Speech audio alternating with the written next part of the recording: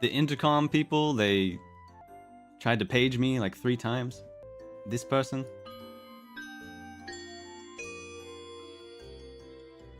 This is the final boarding call for flight EN321 to Virtual Australia.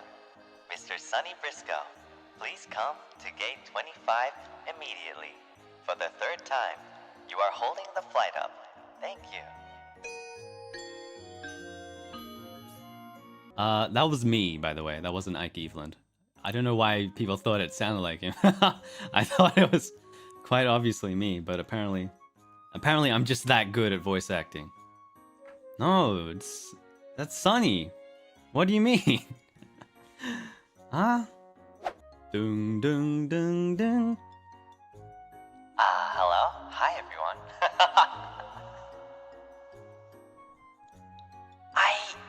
You smell. It doesn't even sound like him. No. It doesn't. I feel like I missed a few bits here. I'm looking at my script. Yeah, a lot of it was just improvised. Like, I had a basic idea of what I wanted to do. Yeah. Oh my god, this is so bad. I was gonna be like, "All right, sir, what's the purpose of your flight? Business or pleasure?" And I'm like, "What if your pleasure is my business?"